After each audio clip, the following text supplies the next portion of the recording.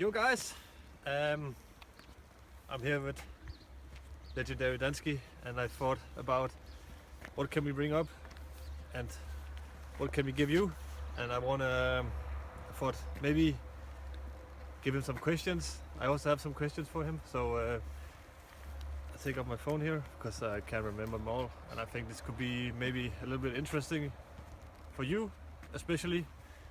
So yeah, let's get it started. Good. Who came up with the name Dansky? Oh, it's a long story. I mean, most of my time I've been here down in the Eifel in south of Germany, and always in the start, the Dane guy is back again. He's on the truck. See you, come have fun and something like this. And then they give me the Spitz name, as you say in Germany, Dansky, and that was the start of all the years I have been down here in the Eifel and enjoy motorsport all over the world. So a very nice part of my life. Great. Next one.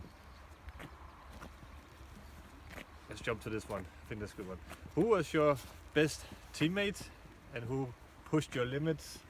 Where did you really have to think, oh, this guy, he's really someone who brings the best out of me? Oh, I think all of them, huh? All of them. But I just have to say some name. I have a lot of team colleagues. What I enjoy to go with was Jörg van Ommen, Roland Ass, Sandy Grau. Also, I was together with Alain Lohr, and you know, every driver have its style. But for sure, for every driver you have in your team, you have to give them maximum, as you do today. It's no rest. It's just max attack all the time. Good to know. Stop. De har en drej her, hvordan gør vi det? Den bliver man kørt derover hele tiden. Det sker ingenting. Nå, det er op. Nå. Okay, small interruption with the cameraman. Vi giver det igen, kom. Så. Yeah, cameraman is alright.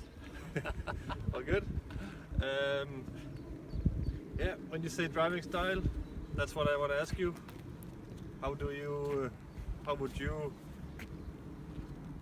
would you explain your style of driving? You all know you had quite a lot of pole positions in the Thiim, so probably many will think, oh, he's quite aggressive, but maybe put some own words on it. It's maybe a bit difficult to explain, but normally I always try to go with a good flow in the car.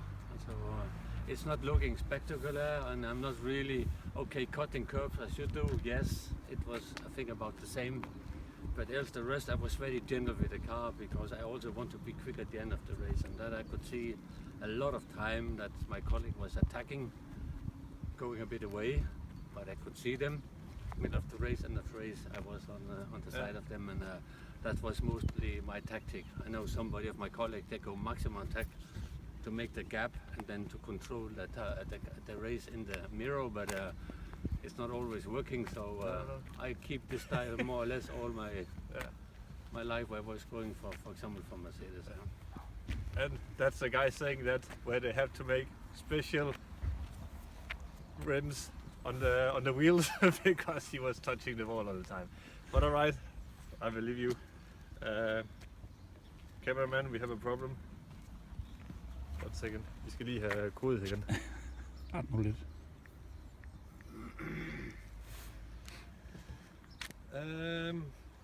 Yeah, let's go on with it. What race weekend, whatsoever, is something that you still remember as this is something special for me? That was, yeah, you know, we always have some weekends where it's good or bad, but I want to know the good one that you always will remember, even in 10 years. Yeah, you have, of course, you have some race where you're standing on the back of every reason, I don't know, and you come up to the front. It's always, you feel very comfortable with this one when you finish the race. But if they will ask you the way you ask me, I'll say I have a race in '95 in Singen, where I won the first race. I think I was leading the second race before 1 or 2 laps before the end, and then I have a technical problem. But on the same lap, we have 2 or 3 crashes in the race, and the race stopped. They stopped the race and said, "No, it's over. We have an issue of the track, maybe oil or what do I know." And in the race motorsport, it's always the lap before it's counting. Yeah. So I was sitting outside the car, together with the marshals, and was speaking, and said, "Shit, so narrow, and I lose the race." And then suddenly they said in the speaker, "Oh, Kurt also win the second race because of this and this and crash." And the lap before was counting, and so it was a double win and thing, and it was good, very good. Great.